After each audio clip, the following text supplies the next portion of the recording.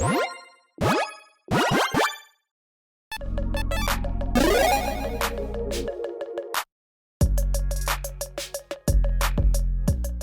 everyone, Mitch coming from the Commander Score Studio. Welcome to the show. So, Bill the Pony, which is a horse in Magic, was spoiled a couple of days ago, and it's kind of been in the back of my mind, like, what can you do with Bill? Like, just how fun would it be to just have Bill as your commander? Like, hey, look, it's a pony, but a horse, but a pony.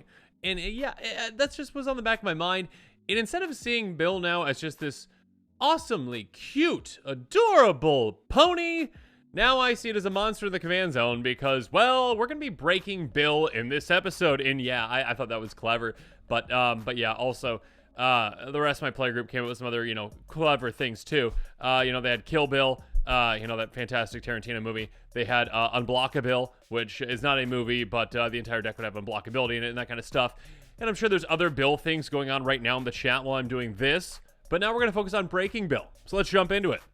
So Bill the Pony is a 1/4 horse, because ponies don't exist in Magic apparently, that costs 3 and a white. When it enters the battlefield, you create 2 food tokens. And also, sacrifice a food until end of turn. Target creature you control assigns its combat damage equal to its toughness rather than its power. Now, that second part is interesting and nice and cool. And yes, you can build decks around that and be like, yeah, toughness tribal, kind of like that one tree guy, Doran the Siege Tower. And other ones as well, they're like, yeah, swing with the toughness side, essentially. That is interesting, but that's not the direction we're going to be going with this. Well, all we really care about, actually, is that ETB, which is a fantastic ETB. Hey, ETBs get 2 food. Now, when it comes to, like, the value of tokens, right, the value of certain tokens, if you're like seeing, like, them as, like, chess pieces, right, treasures are like queens, all right? They are the biggest and best out of all the different kinds of, like, I'm saying non-creature tokens, I guess, right now. I guess gold would be that, because you don't have to tap them. But yet, there's only like one card that makes gold. Regardless, treasures are like up there, okay? Then I personally would put clues after that, right? Clues are also very good. But when it comes to like food's like okay, right? It's just like, hey, food just like, sure, I mean, I guess gain some life. I mean, I personally think that like the actual sacrifice amount for a food shouldn't be 2-tap sacrifice. It should just be like 1-tap sacrifice, but that's a different discussion for a different day. So when it comes to like making food, it's like, okay, what really can you do making 2 food? Well, a lot. Let's jump into it. And on this episode, I'm actually not going to be breaking things down into budget buys or price your picks like I do at other quick takes, because with this one, I really just want to talk about breaking Bill and like what disgusting things you can do.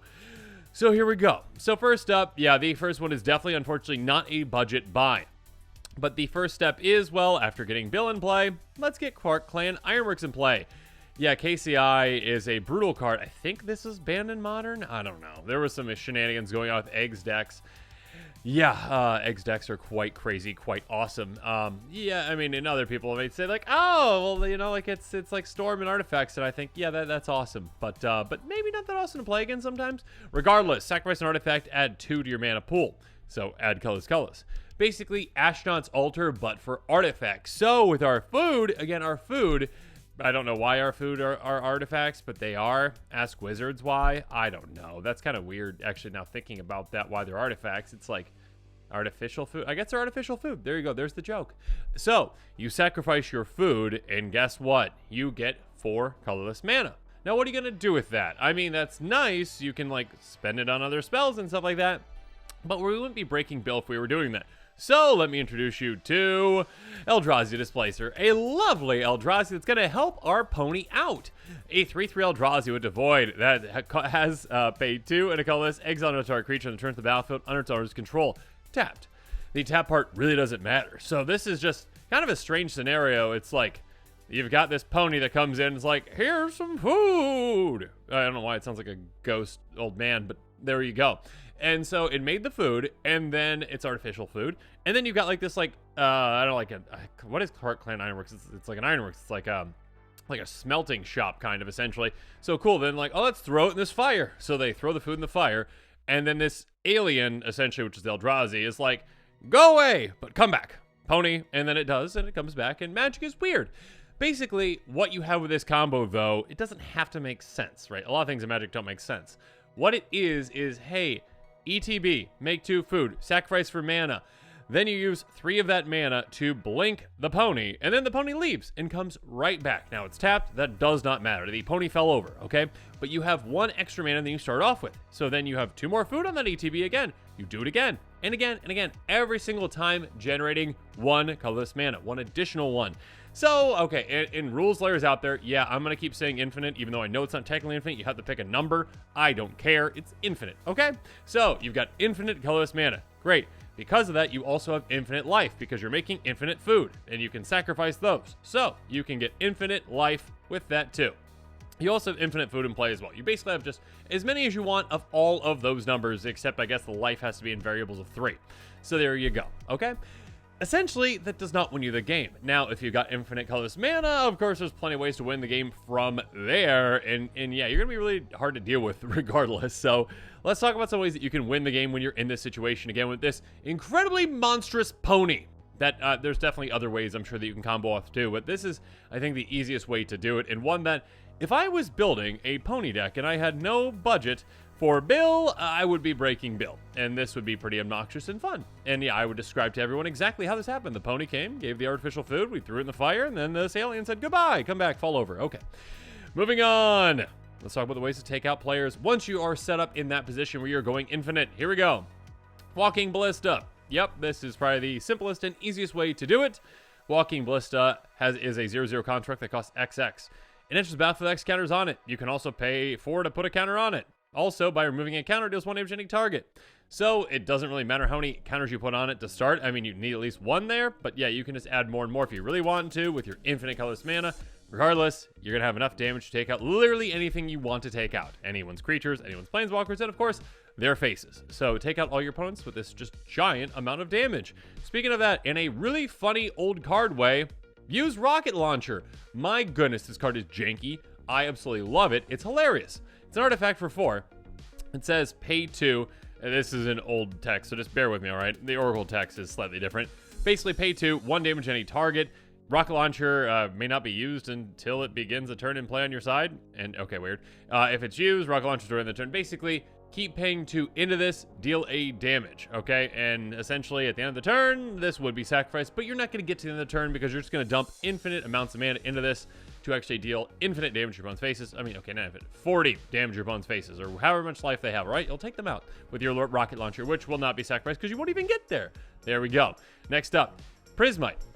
This is an interesting one because there are actually a couple of different kind of filter aspects that you can utilize, different filter cards. This one's a good one. Hey, 2/1 for 2. Just a simple low to the ground golem. That also has pay 2, add 1 mana of any color. Again, now with this, essentially, again, you had infinite colorless mana. This now makes it so you've got infinite mana of all colors. I mean, you probably only need, colorless and white with your mono white deck. That being said, yeah, if you really want, all colors, go for it. Regardless, now you can cast pretty much anything in your hand. I mean, you definitely can cast anything in your hand. And if you got ways to draw, ways to dig down further in your deck, there you go. You can dig down further and win from there, or just cast spells from your hand, and you'll probably just win from there.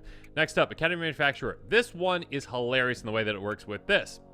So it's a 1/3 assembly worker that says if you create clue, food, or treasure token, instead you create 1 of each. So you are making infinite food, which means that you have infinite treasure and infinite clues, which means that since you have infinite treasures, you also have infinite mana of all colors as well again, so have fun with that. You also have infinite clues, which means that you can sacrifice any number of those to draw any number of cards that you want. So there you go, draw basically your entire deck.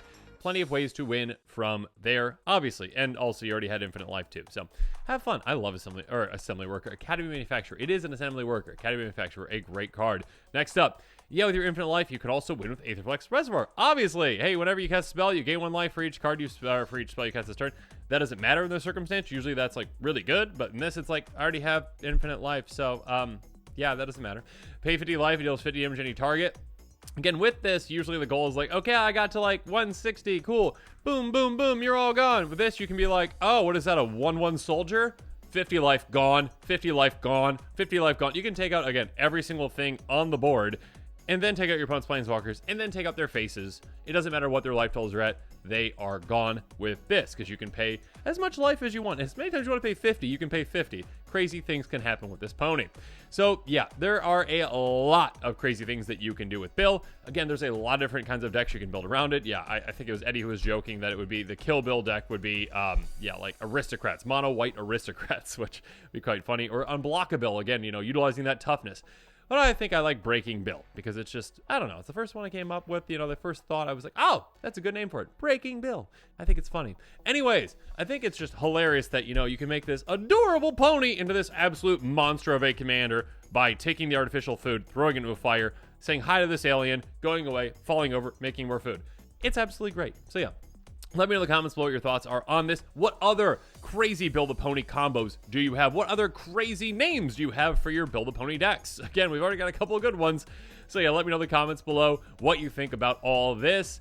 Check out that card list link in the description below for the cards I talked about on this episode. If you're thinking about, your Breaking Bill deck, consider picking up some of those cards. And of course, as always, stay tuned to the channel for more exciting quick takes and spoilers. And now, as always, thanks again and have a good one.